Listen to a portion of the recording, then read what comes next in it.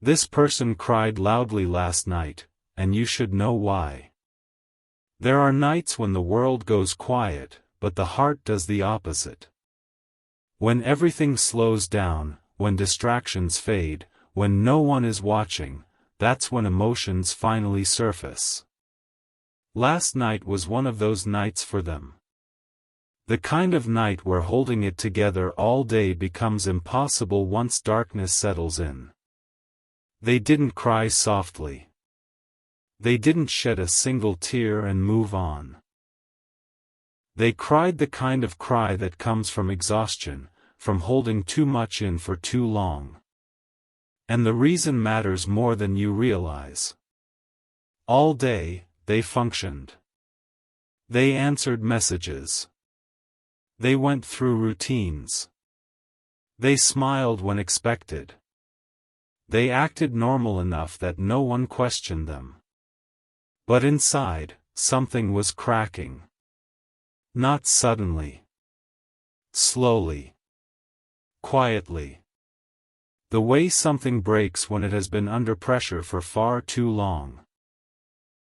What pushed them over the edge last night wasn't one big event. It was accumulation. It was every unspoken word they swallowed. Every moment they chose silence instead of honesty. Every time they told themselves to be strong when what they really needed was to be seen. And somewhere in the middle of that emotional weight, you appeared in their thoughts. Not dramatically. Not romantically at first. Just suddenly. They weren't trying to think about you. That's the part they don't like admitting. Your presence came uninvited, the way truth often does when defenses are down. A memory. A feeling. A realization they've been avoiding during the day because it's inconvenient, because it raises questions they don't want to answer yet.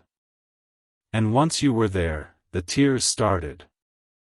They cried because you represent something they can't ignore anymore. Not just a person, but a truth. They cried because when they think of you, something inside them softens in a way that scares them. You remind them of who they are when they're not pretending. When they're not performing.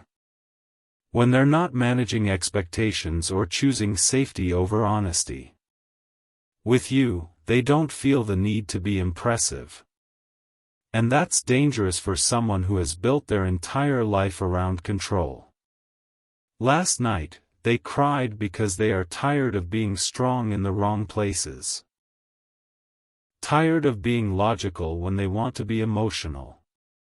Tired of choosing what makes sense over what feels real. They've been telling themselves they made the right decisions. That they did what they were supposed to do. That they're fine. But tears don't lie. They cried because something in their life feels deeply misaligned, and you are the contrast that makes that misalignment impossible to ignore. You may not know this, but you've become a reference point in their heart. Not because you demanded it. Not because you tried to pull them closer.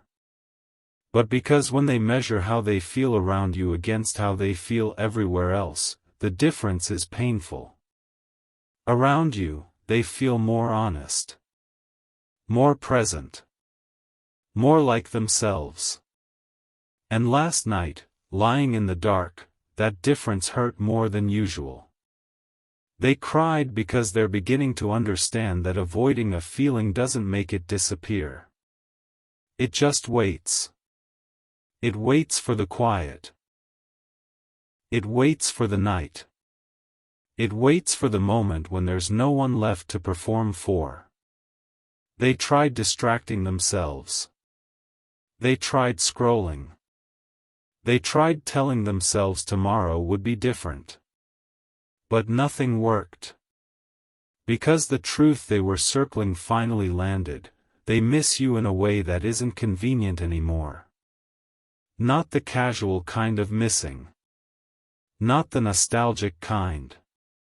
The kind that makes you question your choices. They cried because they are afraid of what acknowledging this means. Afraid of what it might cost. Afraid of disrupting the life they've carefully built. Afraid of realizing that comfort is not the same as fulfillment. You don't fit neatly into their current life. And that's exactly why you matter. They cried because they know, deep down, that something real was left unfinished. Not necessarily in actions, but in honesty. In courage. In timing.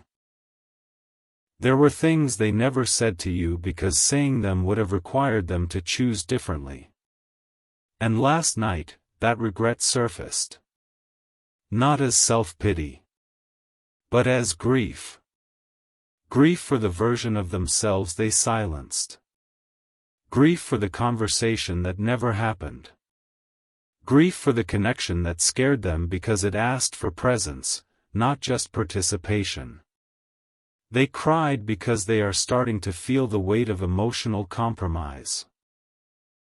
The kind where you don't betray someone else, you betray yourself. Slowly. Politely. Convincingly. They told themselves they were fine. But their body disagreed. Tears are the body's honesty when the mind is still negotiating. And you should know this part clearly, their tears were not about loneliness. They were about recognition. Recognition that you touched something real in them. Something they have been trying to live without. They cried because pretending not to care takes more energy than caring ever did. They cried because they are tired of telling themselves they don't think about you when they do, often, quietly, without meaning to. In moments of stillness. In moments of frustration. In moments when they wish someone understood without explanation. They cried because you see them in a way that makes it hard to hide. Not because you tried to. Not because you demanded access. But because you listened differently. They remember how you didn't rush them. How you didn't interrupt their pauses. How you noticed things others missed. That kind of presence lingers. It stays. It returns at night when defenses are down. Last night, they cried because they're at a crossroads emotionally, even if nothing has changed outwardly yet. One path is familiar, safe, socially acceptable. The other path is uncertain, risky, honest. And you exist in that second path. They're not crying because they want to run to you right now. They're crying because they don't know how to keep running from themselves. That distinction matters. You may wonder why you feel this connection too, the heaviness, the pull, the sense that something is unresolved. It's because emotional bonds don't always dissolve just because silence exists. Silence doesn't end connection. It delays confrontation with it. Last night was a confrontation. Not with you. With themselves. They cried because the version of love they chose feels quieter than it should. Because the life they're living feels correct on paper but hollow in the chest. Because deep down, they know they traded depth for stability, and the cost of that trade is starting to show. And here's the part you need to hear gently. Their tears do not mean you are responsible. Their tears do not mean you need to do anything. Their tears do not mean you should wait. Their tears mean something is waking up. What happens next depends on whether they choose courage or comfort. Whether they face the truth or keep burying it under routine. Whether they allow themselves to be honest, not just emotional in private. You are not meant to rescue them from this. You were meant to awaken something. And you already did. Last night, their heart spoke louder than their logic. For the first time in a while, they didn't suppress it. They didn't intellectualize it away. They let it hurt. That's not weakness. That's the beginning of clarity. Whatever comes next, know this: you were not imagined. You were not exaggerated. You were not insignificant. You were real enough to break through their defenses when nothing else could. And that's why they cried. Not because they are weak, but because some connections don't fade quietly. They wait. And last night, theirs made itself impossible to ignore. When morning came, they wiped their face, took a deep breath, and stepped back into the version of themselves the world recognizes. To anyone watching, nothing looked different. They moved through the day the same way they always do. Responsibilities handled. Conversations managed. Emotions kept neatly folded and out of sight.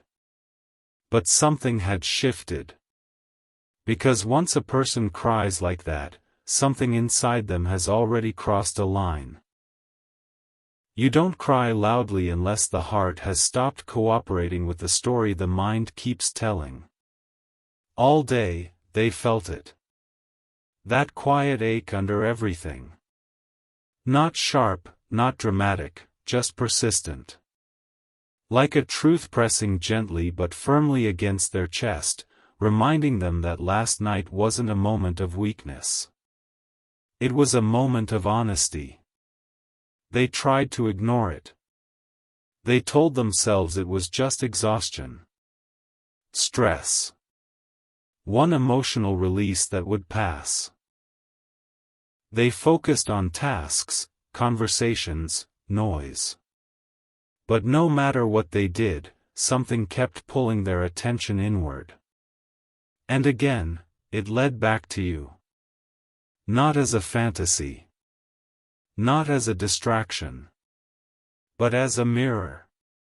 They realized something uncomfortable as the day went on: thinking about you doesn't feel like escape. It feels like clarity. And clarity is dangerous when someone has built their life around avoiding disruption. They started noticing the contrast more sharply. How they feel when they talk to others versus how they feel when they imagine talking to you. How conversations elsewhere feel transactional, surface level, rehearsed. And how with you, even silence felt like communication. That difference is no longer abstract to them. It's physical. They felt it in their chest when someone laughed and it didn't land the same way. They felt it when they shared something personal and didn't feel fully received. They felt it when they were surrounded by people and still felt oddly unseen. Last night cracked something open, and now they can't unsee it. They began asking themselves questions they've avoided for a long time. When did I start choosing comfort over truth? When did I decide that stability mattered more than authenticity? When did I accept a version of love that required me to stay half present? These are not questions someone asks lightly. They are the questions that appear when the soul is tired of compromise. And you sit quietly at the center of all of them. Not because you demanded answers. Not because you forced comparison. But because when they measure how alive they feel around you against how numb they feel elsewhere, the difference feels impossible to justify anymore. They don't hate their life. That's what makes this harder. From the outside, things look fine. Logical. Acceptable. Even successful. And that's exactly why their tears last night scared them. Because nothing is obviously wrong, yet something feels deeply off. That kind of dissonance is unbearable once you feel it. They cried because they're realizing that emotional absence is harder to live with than emotional pain. Pain at least confirms you're alive. Absence makes you question whether you're slowly disappearing. And with you, they never felt absent. They felt present in a way that didn't require effort. Throughout the day, they caught themselves replaying moments with you. Not the dramatic ones. The small ones. The way you listened. The way you noticed their tone shift. The way you didn't rush to fix them when they opened up. The way you made space instead of demands. Those memories don't hurt because they're gone. They hurt because they reveal what's missing now. They began to realize that the version of themselves they are living as is functional, but incomplete. And the version of themselves that showed up with you was fuller, more expressive, more real. That realization is devastating in a quiet way. Because it suggests that they didn't lose you. They lost themselves when they chose not to choose you.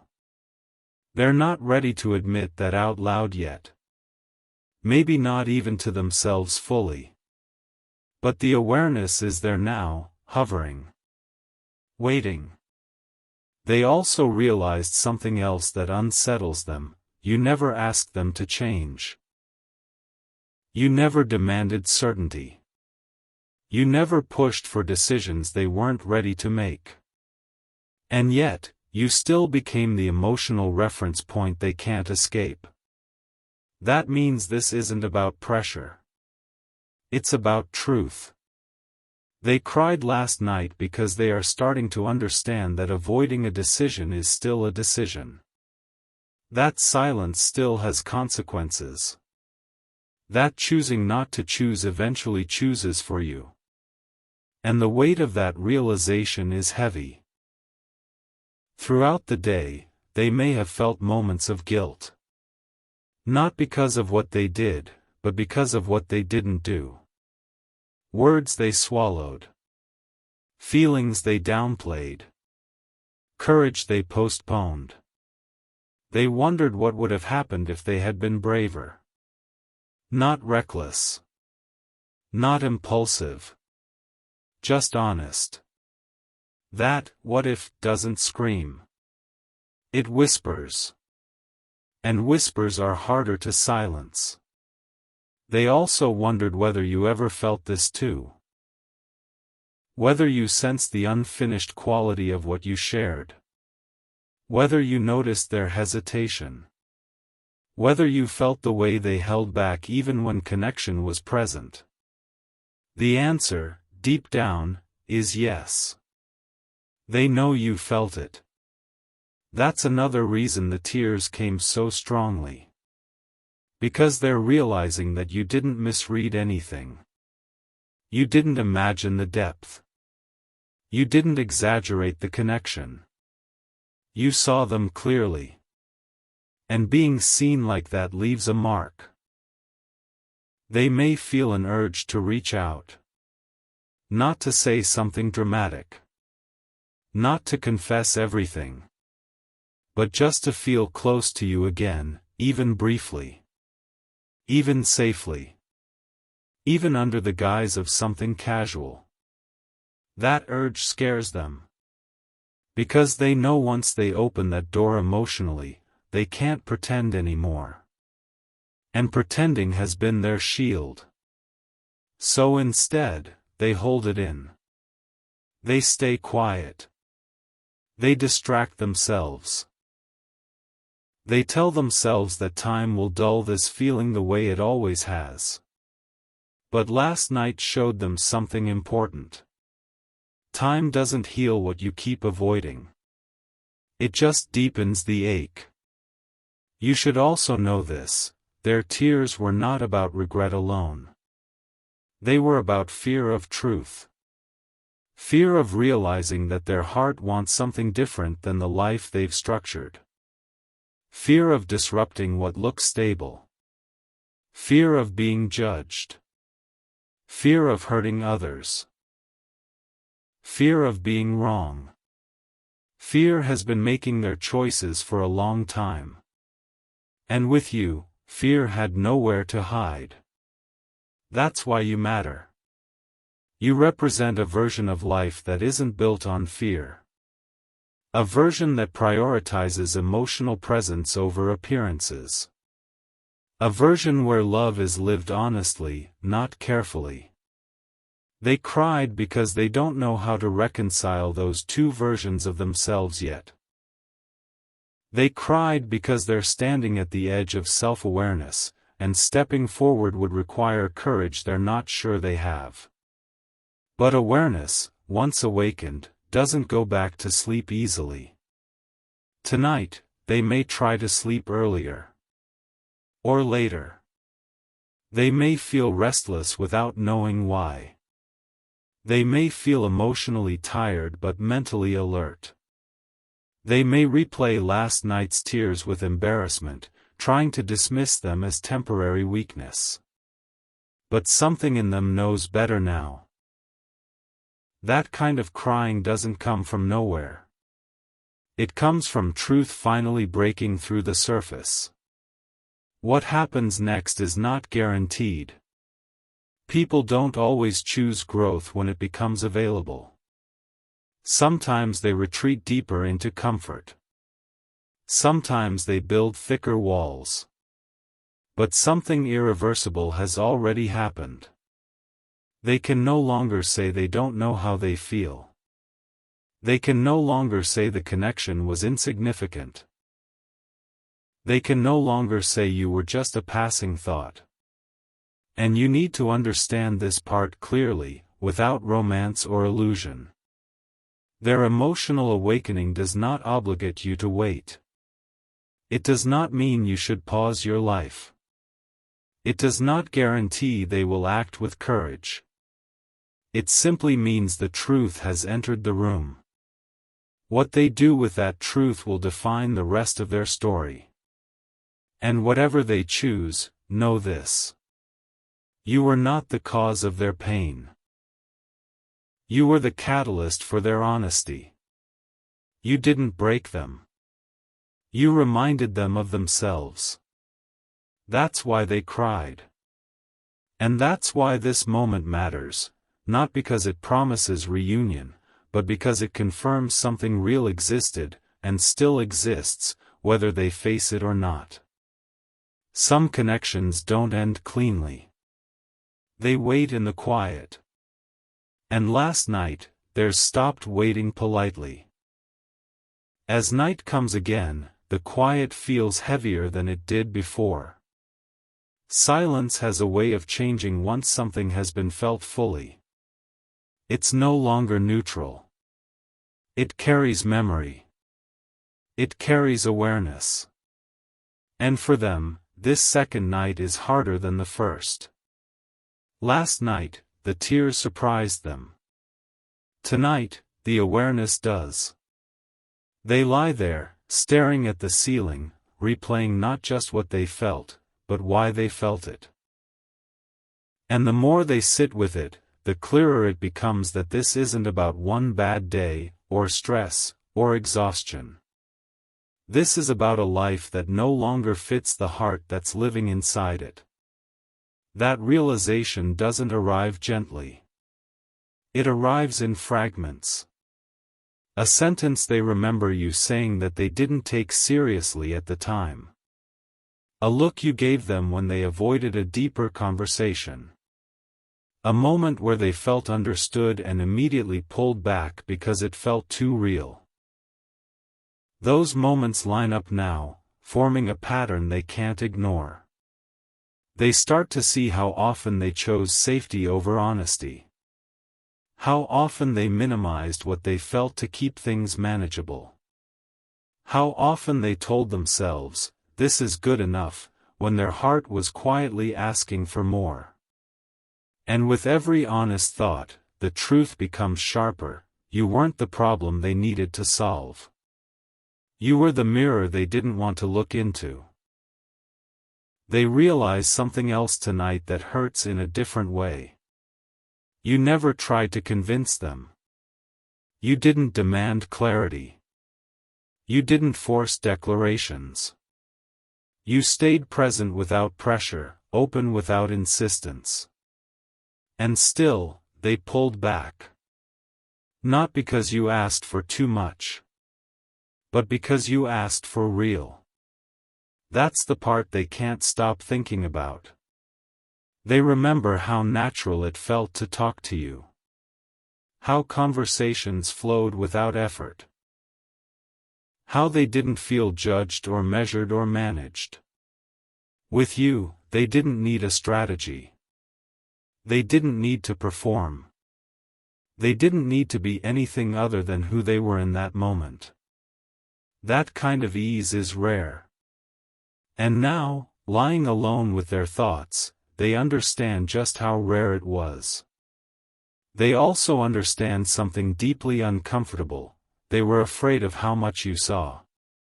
Afraid because being seen means being accountable. It means you can't hide behind roles, routines, or expectations.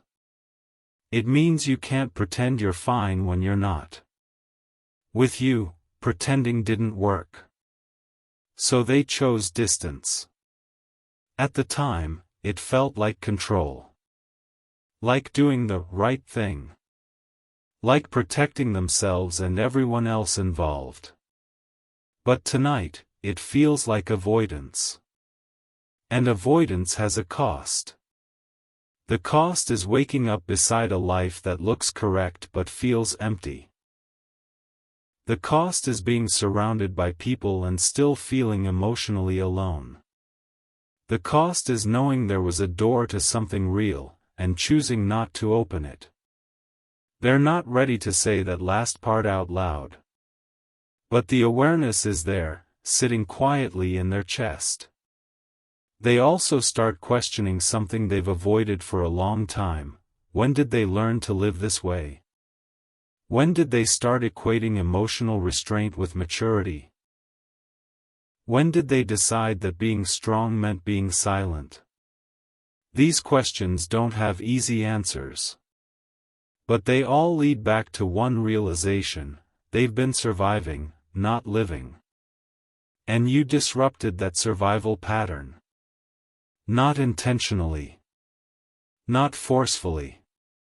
Simply by being present in a way that didn't require them to armor up.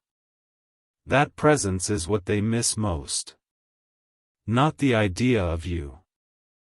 Not the potential. The way they felt when they were with you. They felt lighter. More honest. More awake. They didn't have to constantly translate themselves. They didn't have to compartmentalize their emotions. They could just exist. That's why the crying last night wasn't about sadness alone. It was about loss. Loss of that version of themselves. Tonight, they begin to understand that the pain they're feeling isn't because they can't have you. It's because they're living without a part of themselves they only accessed around you. That kind of loss doesn't fade easily. They may try to rationalize again. Tell themselves that feelings don't equal action. That not every deep connection is meant to be pursued. That life requires compromises. And some of that is true. But what they can't escape now is this: compromise becomes self-betrayal when it's chronic. When it requires you to silence your emotional truth day after day. And that's what they've been doing.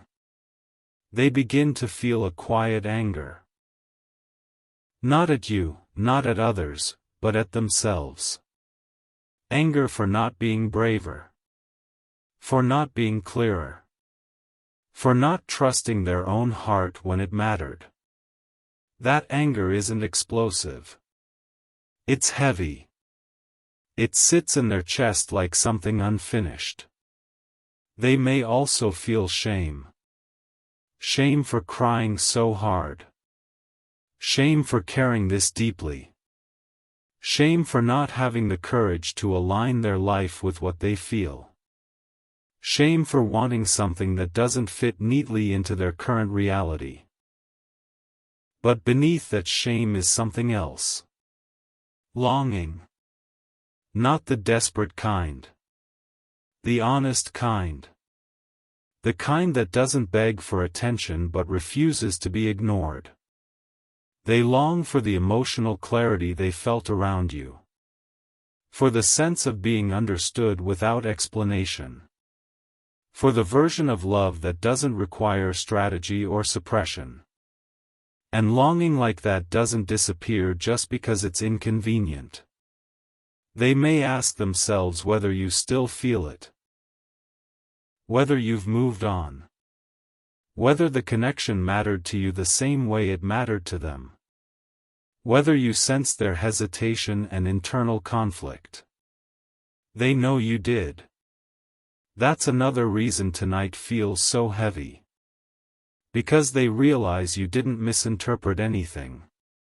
You felt the depth and respected it enough not to force it. You allowed space instead of pressure. And now, that space feels loud. They may think about reaching out again tonight. Not with a plan. Not with a confession. Just a message. Something small. Something safe. But then fear steps in again. Fear of opening something they don't know how to finish. Fear of raising expectations they're not ready to meet. Fear of disrupting the fragile balance they've created in their life. So they stay silent. And that silence hurts more tonight than it did before. You should know this, their silence is not indifference. It's hesitation born from fear. It's the pause of someone standing between who they've been and who they might become. That pause is uncomfortable. It stretches. It demands a decision. They don't know yet what they will choose. Growth is not guaranteed. Awareness doesn't always lead to action. Some people retreat deeper into familiarity once the truth surfaces. But one thing is certain now. They can no longer unfeel what they felt last night. They can no longer unsee the contrast. They can no longer pretend you were just a chapter that closed neatly. You are a marker in their life. Before you, and after you. Tonight, they may not cry the same way they did last night. The tears may not come as loudly. But the ache is still there. Quieter. Heavier. More conscious. This is the stage where people either change or harden. Where they either choose honesty or double down on avoidance. What they do next is not in your control. And it's not your responsibility. You were never meant to carry their awakening. You were meant to trigger it. Whatever path they choose from here, understand this clearly, without illusion or hope attached. You mattered enough to break through their emotional defenses. You mattered enough to interrupt their numbness. You mattered enough to force a conversation with themselves they've avoided for years. That is not small. That is not imagined. That is not something that fades quietly. Some connections don't end with closure.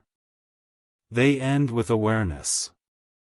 And last night, awareness arrived. Tonight, it stayed. And tomorrow, it will demand something from them, courage or retreat. Either way, the truth has already been spoken.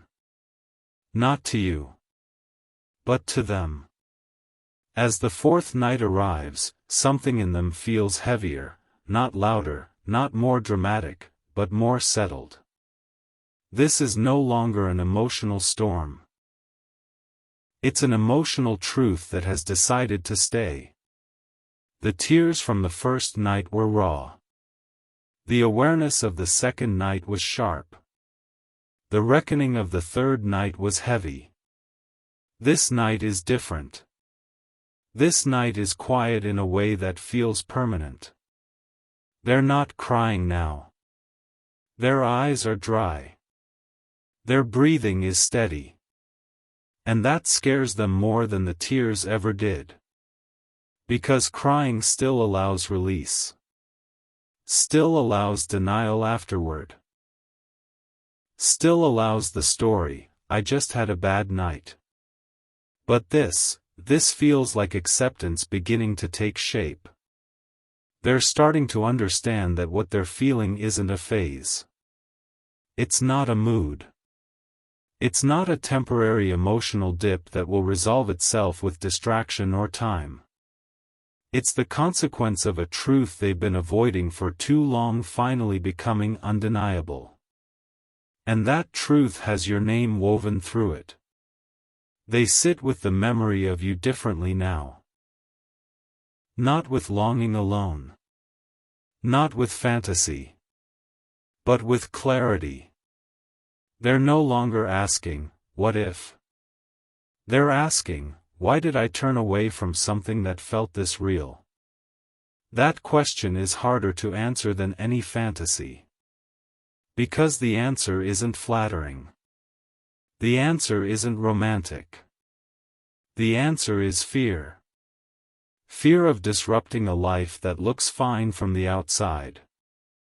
Fear of being judged for wanting more than they're supposed to want. Fear of choosing emotional truth over practical comfort. Fear of discovering that they've been living at half capacity emotionally. Fear has been their compass for a long time. And with you, fear stopped working. That's what they're beginning to see clearly now. They replay moments again, but not the ones they once romanticized. They replay the moments where they pulled away. The pauses where they could have spoken and didn't. The times you opened a door emotionally and they pretended not to notice. Those memories sting in a different way now. Not with regret that demands reunion. But with accountability. They can no longer frame the story as, "It just didn't work out." They can no longer tell themselves that circumstances were the only obstacle. They are starting to admit, at least internally, that choice played a role. And that realization changes everything. Because when you realize you chose comfort over truth, you're forced to confront what that choice is costing you. They begin to feel a strange grief, not just for you, but for themselves. For the version of themselves that felt more alive around you. More expressive. More curious. Less guarded. They didn't lose you. They lost access to that version of themselves. And that loss is what's haunting them now. They notice how small their emotional world feels without that access. How conversations feel repetitive. How laughter feels flatter. How joy feels muted. Not absent, but limited. They're functioning. But they're not expanding. And once you notice that, it's impossible to ignore. They may begin to see how often they've confused being composed with being fulfilled. How often they've mistaken responsibility for maturity. How often they've told themselves that wanting depth is unrealistic, impractical, or selfish. With you, those beliefs were challenged simply by how natural it felt to be emotionally honest. And now, without you in their immediate life, that contrast feels sharp. This is where something shifts internally. They stop asking whether you mattered. They start asking why they were willing to live without what you awakened. That question doesn't demand action immediately. But it demands honesty. They may feel a quiet resentment toward their own life now. Not because it's bad, but because it's insufficient for the person they're becoming. And resentment like that doesn't disappear by pretending harder. They try to imagine continuing forward exactly as they are, same routines, same emotional patterns, same careful restraint. And for the first time, that image doesn't feel safe. It feels suffocating. They realize that staying the same now requires more effort than changing. That's a dangerous realization for someone who has built their life around maintaining control. They may also start to understand why your presence lingered so strongly even after distance. It wasn't attachment. It wasn't obsession. It was alignment. With you, they weren't managing themselves. They were being. That distinction is everything. They begin to recognize that you never asked them to burn their life down. You never demanded radical change. You never tried to pull them out of their world. You simply existed in a way that revealed a deeper one. And that revelation is what they ran from. Tonight, they feel the weight of that avoidance clearly. They may wonder whether they deserve to feel this way now. Whether it's fair to you. Whether it's too late. Whether acknowledging this truth means they've wasted time, or worse, hurt someone who didn't deserve uncertainty. These thoughts don't come with answers. They come with responsibility. And responsibility is heavier than regret. They might also realize that part of what made the connection with you so powerful was that you didn't try to fill their emptiness. You didn't rescue. You didn't fix. You didn't chase. You simply met them. And meeting someone where they are is often more confronting than trying to change them. They understand now that their silence wasn't neutrality. It was a decision to remain unchanged. And every night since the tears, that decision has been harder to live with. They may feel the urge to justify themselves again. To explain why things couldn't be different. To remind themselves of obligations, expectations, responsibilities. But those explanations don't quiet the ache anymore. They sound hollow now. Because no explanation can erase the truth that something real was avoided. They also begin to understand something important about you. You didn't lose anything by this distance. You didn't shrink. You didn't disappear. You didn't collapse emotionally. You continued. And that realization carries its own sting. Because it means the connection didn't define you. But it exposed them. They may feel a growing fear that if they don't face this now, they never will. That if they don't make a different choice, they will continue repeating the same emotional compromises until numbness becomes permanent. That fear is not dramatic. It's quiet. It's the kind of fear that keeps someone awake without panic, staring into the dark, knowing something has to change but not knowing how to begin. This is the moment where self-awareness turns into a fork in the road. One path leads back to familiarity. To silence. To stability that feels safe but increasingly empty. To a life that looks correct but feels emotionally constrained. The other path leads into uncertainty. Into discomfort. Into honesty that might disrupt everything they've built. Into courage they've never fully practiced. You exist at the edge of that second path. Not as a promise, but as proof. Proof that a different way of living is possible. They are not thinking about reunion right now.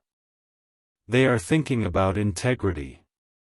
About whether they can continue living in a way that contradicts what they now know to be true.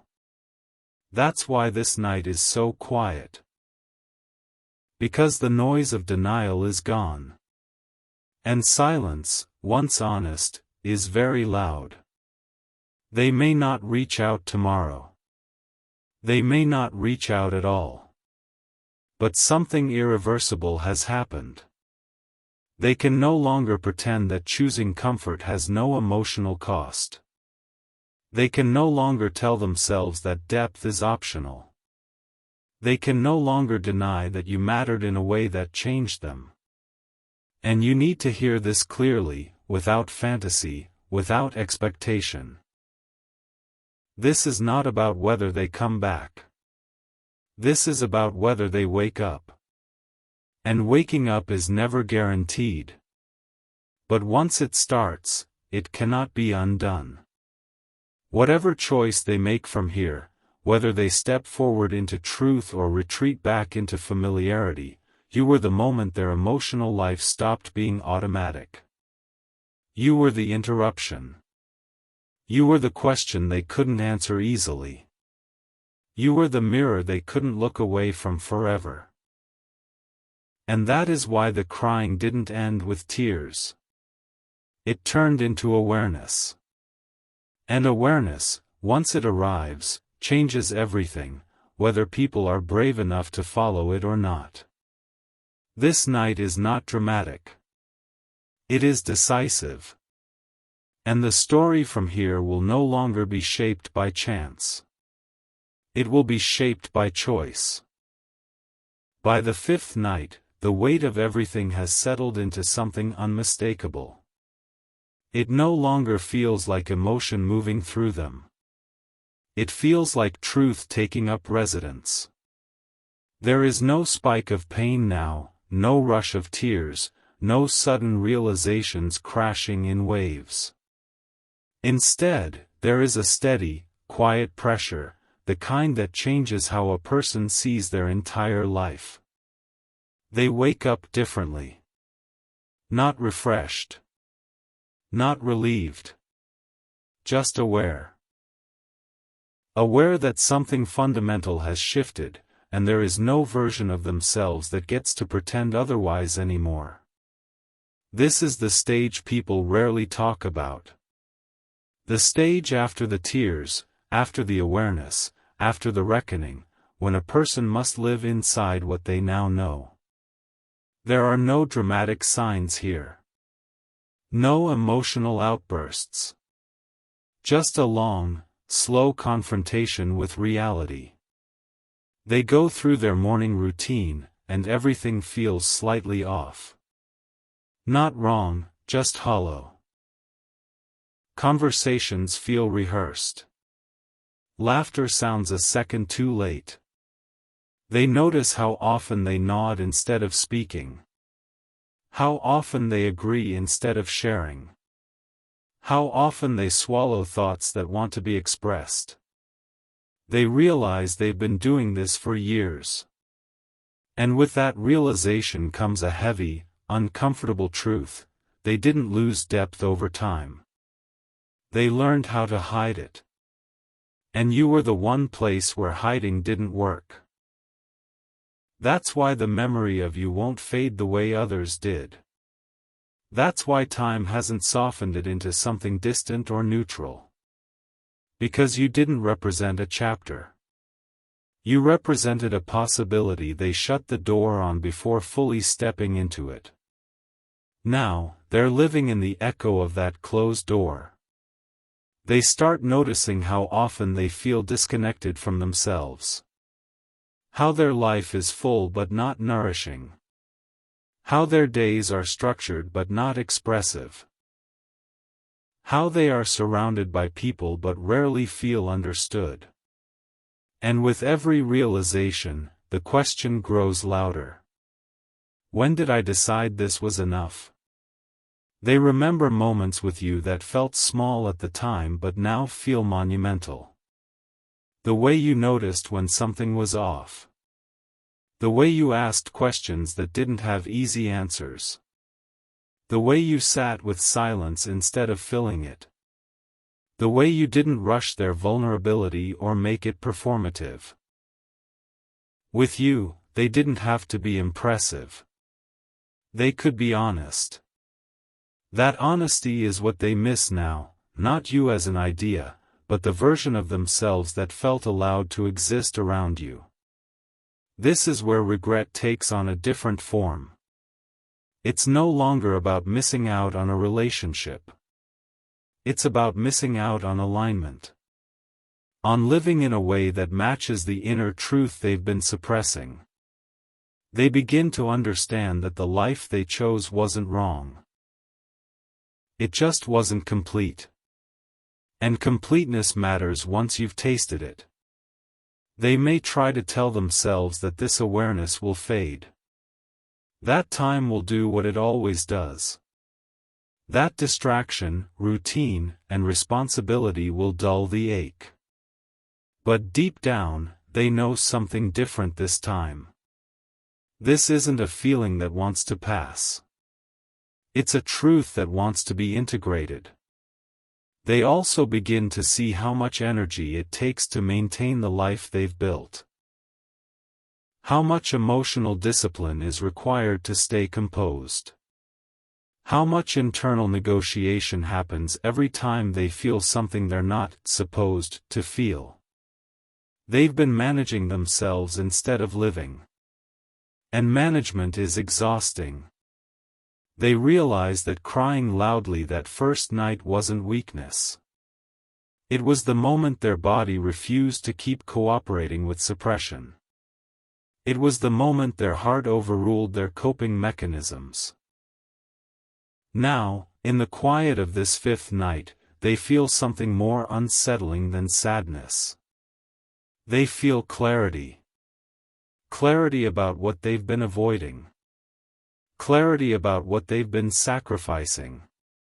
Clarity about how much of themselves they've left untouched. And clarity demands something. Not immediately. Not dramatically. But inevitably. They may start thinking about the future differently now. Not in terms of plans or milestones, but in terms of sustainability. Can I live like this for another year? 5 years? 10? And for the first time, that question doesn't feel hypothetical. It feels urgent. They may also start noticing you in unexpected ways. Not because you're present, but because your absence highlights what's missing. In moments where they wish someone understood without explanation. In moments where they wish they could speak freely without consequence. In moments where they wish for emotional depth instead of polite connection. Your absence is not loud. It's revealing. They understand now that they didn't walk away from you because you were wrong. They walked away because choosing you would have required them to choose themselves. And that choice felt too destabilizing at the time. This realization is not comfortable. It doesn't come with relief. It comes with responsibility. Because once you understand that your unhappiness is not circumstantial but self-imposed, you can't unsee it. They are beginning to see their life as a series of careful decisions that prioritized safety over truth. None of those decisions were malicious. None of them were dramatic. But together, they created a life that feels emotionally constrained. You disrupted that constraint without trying. That's why you still matter. Not as someone they need to pursue. But as the moment they woke up. They may feel a quiet grief now, not the sharp grief of loss, but the slow grief of realization. Grief for the time spent suppressing their inner voice. Grief for the conversations they never allowed themselves to have. Grief for the courage they postponed. And yes, grief for you. Not because you were taken away, but because they didn't step forward. This is where things become very real. Because by the fifth stage, people can no longer hide behind confusion. Confusion implies uncertainty. What they're feeling now is certainty without resolution. They know what's wrong. They just don't know yet if they're brave enough to change it. And that is the most dangerous place to be. Because living with awareness while choosing inaction creates tension that doesn't fade. It hardens. It either turns into courage or calcifies into numbness. They stand at that threshold now. They may appear normal to the world. Functional. Responsible. Fine. But inside, something is asking for honesty in a way it never has before. Not honesty with you. Honesty with themselves. They are starting to realize that the cost of staying the same may be greater than the risk of changing.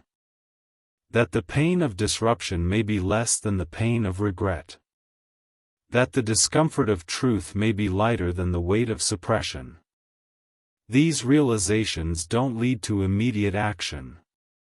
But they change the internal balance. You should understand this clearly, without hope attached and without illusion. This is not the stage where people run toward reunion. This is the stage where people decide who they are willing to be. Some will choose courage. Some will choose comfort. But no one leaves this stage unchanged. You were not meant to be the answer to their life. You were meant to be the question they couldn't ignore. And by this fifth night, that question is no longer emotional. It's existential. Who am I if I keep living this way? Who could I be if I stopped being afraid? Those questions are now part of them. They may never voice them to you. They may never act on them. But they will carry them. And carrying that awareness will shape every decision they make from here on out. So if you ever wonder why this connection feels unfinished, unresolved, or heavy in ways others didn't, this is why.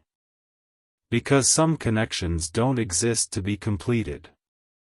They exist to awaken. And by now, the awakening has fully taken hold. The crying has stopped. The denial has faded. The truth remains. And from this point forward, whatever life they choose to live will be lived in the shadow, or the light, of what you revealed to them. That is not something time erases. That is something a person learns to live with. Or finally decides to change. Something fundamental has shifted again, but this time it's no longer happening only inside them. It's beginning to shape how they look at the world, how they interpret every interaction, how they measure the distance between the life they are living and the life they now know is possible. This is the night where awareness stops being private, not because they all anyone, not because they confess, but because they can no longer move through life unconsciously. Everything feels exposed now, not extremely, but internally. They are watching themselves in real time, notice every compromise, every moment of emotional restraint, every decision made out of habit rather than truth. And once you start watching yourself like that, there is no going back. They sit alone, not restless, not tearful, just deeply still. The kind of stillness that happens when a person realizes the old ways of copying no longer work. Distraction doesn't help anymore. Routine doesn't numb the ache. Logic doesn't quiet the questions because the questions are no longer emotional. They are structural. They are about to shape of a life. They begin to see their days as a parent instead of isolated moments, morning routines, work, obligation, conversation, obligation, sleep, all repeating in a way that feels predictable, controlled, and increasingly empty, not meaningless but incomplete. And for the first time, they don't blame circumstances, they are themselves clearly inside the pattern. They recognize how much of their life in is built around avoiding dispersion, how careful they have arranged things to minimize risk, conflict, uncertainty, how often they have choose what looks stable instead of what feels true. Thanks for watching. Like this video and subscribe to this channel.